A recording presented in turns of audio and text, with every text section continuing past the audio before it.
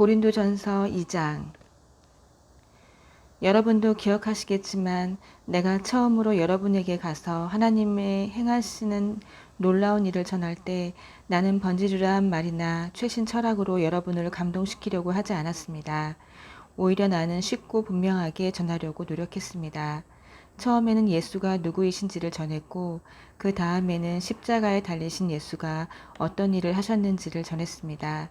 나는 그 일을 어떻게 해야 하는지 자신이 없었고 내가 그 일에 적합하지 않다는 것을 절실히 느꼈습니다. 더 솔직히 말씀드리면 나는 몹시도 두려웠습니다. 내가 메시지를 전할 때 여러분이나 다른 누구에게 감동을 주지 못한 것은 그 때문입니다. 그러나 메시지는 결국 전해졌습니다. 하나님의 영과 하나님의 능력이 그렇게 한 것입니다. 여러분의 믿음의 삶이 나나 다른 누구의 지적이고 감정적인 화려한 말솜씨에서 비롯된 반응이 아니라 하나님의 능력에서 비롯된 반응인 것이 분명해졌습니다. 물론 우리에게는 하나님의 지혜가 풍성합니다. 여러분이 확고한 영적 토대 위에 서기만 하면 여러분에게 그 지혜를 넘겨드리겠습니다. 그런데 그 지혜는 대중적인 지혜도 아니고 고임금의 전문가들이 선호하는 지혜도 아니고 한두 해가 지나면 시대에 뒤처지고 마는 지혜도 아닙니다. 하나님의 지혜는 그분의 목적 깊은 곳에 비밀하게 감춰진 지혜입니다. 겉만 살피는 사람은 그 지혜를 찾을 수 없습니다. 그 지혜는 최신 소식이 아니라 가장 오래된 소식입니다. 그 지혜는 우리가 등장하기 훨씬 오래전에 하나님께서 그분의 가장 좋은 것을 우리 안에 드러내시려고 정하신 방식입니다. 우리 시대의 전문가들은 그 영원한 계획이 무엇인지 조금도 알지 못했습니다. 만일 알았더라면 그들은 하나님께서 계획하신 생명의 주님을 십자가에 매달아 죽이지 않았을 것입니다. 다음에 성경 말씀이 있는 것은 그 때문입니다. 어느 누구도 이 같은 것을 보거나 듣지 못했고 이 같은 것을 상상해 본 적도 없다. 그것은 하나님께서 자기를 사랑하는 이들을 위해 마련해 두신 것이다. 하지만 여러분은 그것을 보고 들었습니다. 이는 하나님께서 그분의 영을 통해 그 모든 일을 여러분 앞에 다 드러내 보이셨기 때문입니다. 성령께서는 표면에서 떠도는 것에 만족하지 않으시고 하나님의 깊은 곳에서 깊은 곳으로 뛰어드셔서 하나님이 처음부터 계획하신 것을 드러내십니다. 여러분이 생각하고 계획하고 있는 것을 여러분 자신이 아니면 누가 알겠습니까? 하나님도 마찬가지이십니다. 하나님께서는 자기가 생각하는 것을 아십니다. 또한 그것을 우리에게도 드러내 주십니다. 하나님께서는 우리에게 베푸시는 생명과 구원의 선물을 자세히 알려주십니다. 우리는 이 세상의 추측과 견해에 의지할 필요가 없습니다. 우리가 이 사실을 아는 것은 책을 읽거나 학교에 다녀서가 아니라 하나님께 직접 배웠기 때문입니다. 하나님께서 예수를 통해 우리를 1대1로 가르쳐 주셨습니다. 그와 같은 방식으로 우리도 그것을 여러분에게 직접 전합니다. 영에 속하지 않은 사람은 본질상 하나님의 영의 선물을 받을 수 없습니다. 그에게는 그럴 가능성이 없습니다. 그의 눈에는 그 선물들이 대단히 어리석은 것처럼 보이기 때문입니다. 영을 알 수 있는 통로는 영밖에 없습니다. 하나님의 영과 우리의 영은 막힘없이 서로 통합니다. 우리는 영적으로 살아 있어서 하나님의 영이 하고 계신 모든 일에 다가갈 수 있습니다. 우리는 영에 속하지 않은 사람들의 판단을 받지 않습니다. 하나님의 영을 아는 사람 누구인가? 하나님께서 하고 계신 일을 아는 사람 누구인가? 라는 이사야의 물음에 답이 주어졌습니다. 바로 그리스도이십니다. 그리고 우리는 그리스도의 영을 가졌습니다. 3장. 그러나 친구 여러분, 지금 나는 여러분이 영에 속하지 않은 사람처럼 사람과 하나님께 행하는 것에 몹시 실망하고 있습니다. 여러분은 그리스도와 관련해서 전 먹는 것 외에는 아무것도 할 수 없는 어린아이처럼 굴고 있습니다.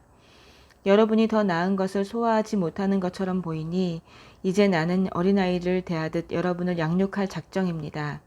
여러분의 기분을 좋게 하거나 여러분을 돋보이게 해주는 것에만 손을 뻗는다면 모든 것이 자기 마음대로 될 것에만 만족하는 젖먹이와 여러분이 다를 것이 뭐가 있겠습니까? 여러분 가운데 어떤 사람은 나는 바울 편이다 말하고 또 어떤 사람은 나는 아볼로를 지지한다고 말한다니 여러분은 어린아이처럼 구는 것이 아닌가요? 여러분은 도대체 바울이 누구라고 생각합니까? 여러분은 아볼로가 누구라고 생각합니까? 우리 두 사람은 모두 종에 불과합니다. 여러분을 섬겨 우리 주인이신 하나님께 여러분의 삶을 맡기는 법을 배우게 한 종일 따름입니다. 우리 두 사람은 주님께서 맡겨주신 종의 임무를 수행했을 뿐입니다. 나는 씨를 심었고 아볼로는 물을 주었습니다. 그러나 하나님께서 여러분을 자라게 하셨습니다. 이 과정에서 가장 중요한 이는 심는 자나 물을 주는 자가 아니라 자라게 하시는 하나님이십니다.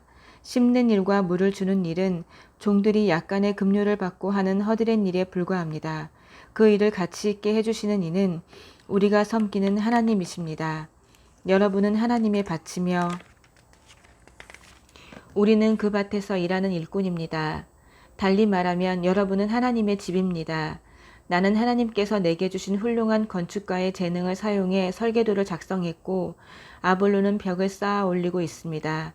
그러니 이를 맡은 목수가 그 기초 위에다 각자 신중하게 집을 짓게 하십시오. 기억하십시오. 이미 놓인 기초는 하나뿐입니다. 그 기초는 다름 아닌 예수 그리스도이십니다. 여러분은 각별히 신경 써서 건축 재료를 고르십시오. 그러다 보면 마침내 주공 검사를 받을 날이 올 것입니다. 여러분이 값싸거나 부실한 재료를 쓴다면 다 드러나고 말 것입니다. 준공 검사는 철저하고 엄격하게 이루어질 것입니다. 어느 것 하나 대충 넘어가는 일이 없을 것입니다. 여러분이 지은 것이 검사를 통과하면 잘된 일입니다. 그러나 검사를 통과하지 못하면 여러분이 지은 것을 뜯어내고 다시 시작해야 할 것입니다.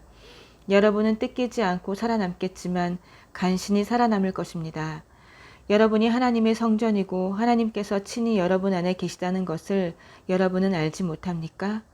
여러분도 알다시피 성전을 파괴한 사람은 누구도 검사를 통과할 수 없습니다. 하나님의 성전은 거룩합니다. 여러분이 그 성전임을 잊지 마십시오. 여러분 자신을 속이지 마십시오. 시대의 최신 유행을 따르는 것으로 지혜로운 사람이 될 수 있다고 생각하지 마십시오. 하나님의 바보가 되십시오. 그것만이 참된 지혜에 이르는 길입니다. 이 세상이 영리하다고 하는 것을 하나님은 어리석다고 하십니다. 성경에 이렇게 기록되었습니다.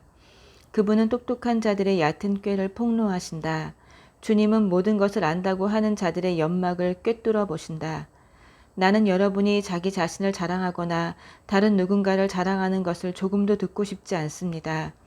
이미 모든 것이 여러분에게 선물로 주어졌습니다. 바울, 아볼로, 베드로, 세상, 생명, 죽음, 현재, 미래. 이 모든 것이 여러분의 것입니다. 여러분은 하나님과 하나님이신 그리스도와 하나가 되는 특권을 받았습니다. 4장. 여러분은 우리 지도자들을 무슨 대단한 사람이라도 되는 양 여기지 마십시오. 우리는 그리스도의 종이지 그분의 주인이 아닙니다. 우리는 하나님의 장엄한 비밀들로 여러분을 인도하는 안내인이지 그 비밀들을 보호하기 위해 배치된 경비원이 아닙니다. 좋은 안내인이 갖추어야 할 덕목은 믿음직스러움과 정확한 지식입니다. 여러분이 나를 어떻게 생각하든 사람들이 나를 어떻게 평가하든 그것이 내게는 조금도 중요하지 않습니다. 나는 내 자신을 평가하지 않습니다. 그러한 일로 비교하는 것은 무의미합니다. 나는 여러분의 좋은 안내인이 되기에 어긋날 만한 일을 한 적이 없습니다. 그렇다고 내가 대단하다는 뜻은 아닙니다. 그런 판단을 내리시는 분은 주님이십니다. 그러니 주님을 앞지르지도 말고 모든 증거가 명백히 드러나기 전에는 섣불리 결론을 내리지 마십시오. 주님이 오시면 그분께서 우리가 생각지 못했던 모든 것, 우리 마음속의 동기와 의도, 그리고 기도를 환히 밝히시고 증거로 제시하실 것입니다. 그때에야 우리는 저마다 잘했다 말씀하시는 하나님의 칭찬을 듣게 될 것입니다. 친구 여러분, 내가 지금까지 이 모든 말씀을 아볼로와 나에게 적용해서 설명한 것은 여러분이 조심하는 법을 배워서 모든 사실을 알기도 전에 성급하게 판단하는 일이 없게 하려는 것입니다. 하나님의 관점으로 사태를 보는 것이 중요합니다. 나는 여러분이 별것도 아닌 소문을 근거로 평판을 부풀리거나 깎아내리는 모습을 보고 싶지 않습니다. 여러분을 정말로 아는 사람, 여러분의 마음을 아는 사람이 누구입니까? 설령 그런 사람이 있다고 해도 그들이 여러분 안에서 발견해낸 것 가운데 여러분 자신의 공로로 삼을 만한 것이 무엇입니까? 여러분이 지니고 있는 것과 여러분의 현재 모습은 모두 하나님께로부터 온 순전한 선물이 아닙니까? 그러니 비교하고 경쟁하는 것이 무슨 소용이 있겠습니까? 여러분은 이미 필요한 모든 것을 가졌습니다. 여러분이 감당할 수 있는 것보다 더 많은 것을 하나님에게서 받고 있습니다. 여러분은 아볼로나 나를 제쳐둔 채 세상, 하나님이 지으신 세상, 꼭대기에 앉아 있군요.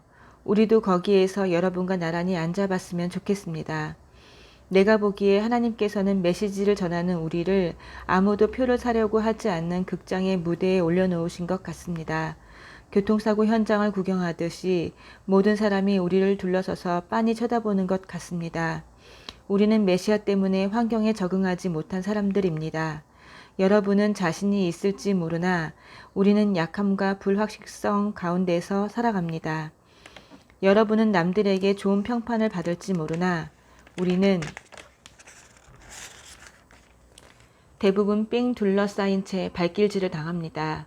우리는 식사할 시간도 넉넉지 않고 누더기 옷을 입고 문전박대를 당하고 어디에서든 허드렛 일을 얻어 근근히 생계를 꾸려갑니다.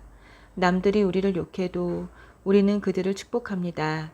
남들이 우리를 두고 터무니없는 말을 해도 우리는 그들에 대해 좋게 말합니다.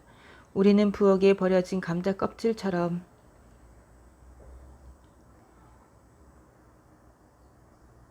이 문화로부터 쓰레기 취급을 받습니다. 앞으로도 그보다 더 나은 대접을 받지 못할 것입니다. 나는 나무라듯 하는 이유처럼 여러분의 기분을 상하게 하려고 이 모든 글을 쓰고 있는 것이 아닙니다. 나는 자녀인 여러분에게 아버지 자격으로 이 글을 쓰고 있습니다. 나는 여러분을 사랑하고 여러분이 버릇없이 자라지 않고 바르게 자라기를 바랍니다. 여러분 주위에는 여러분의 잘못을 서슴없이 말해주는 사람이 많을 것입니다. 그러나 시간과 수고를 아끼지 않고 여러분이 자라도록 돕는 아버지는 많지 않을 것입니다. 예수께서 내게 하나님의 메시지를 여러분에게 선포할 수 있게 해주셔서 나는 여러분의 아버지가 되었습니다. 여러분도 알다시피 나는 내가 직접 행하지 않은 것을 여러분에게 하라고 하지 않습니다. 그런 이유로 나는 먼저 디모데를 여러분에게 보냈습니다. 그는 나의 사랑하는 아들이며 주님께 신실한 사람입니다. 내가 그리스도의 방식과 관련해서 모든 교회에 늘 제시하는 가르침을 그가 여러분에게 새로이 기억나게 해줄 것입니다. 여러분 가운데 자만해서 내 말은 물론이고 어느 누구의 말도 듣지 않는 사람이 덜어 있다는 것을 압니다. 그들은 내가 직접 찾아가 얼굴을 마주할 것이라고 생각지 않는 모양입니다.